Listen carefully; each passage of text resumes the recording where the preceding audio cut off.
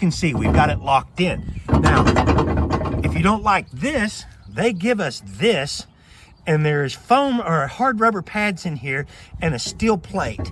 And what you would do is you would run this in just like so, and they say tighten it up, and voila, now you don't have that rattling noise.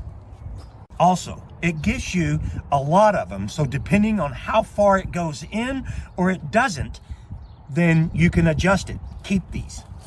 Okay, so we showed you the first one that takes out the rattle, and as you can see, this one rattles. Well, there's a nut on the inside of here, and they even give you this handy little wrench. And when you take this, you back this into the system, like so, and I'll show you a top picture here in just a minute. And what that does, boom, is that takes out that sound. What a great idea.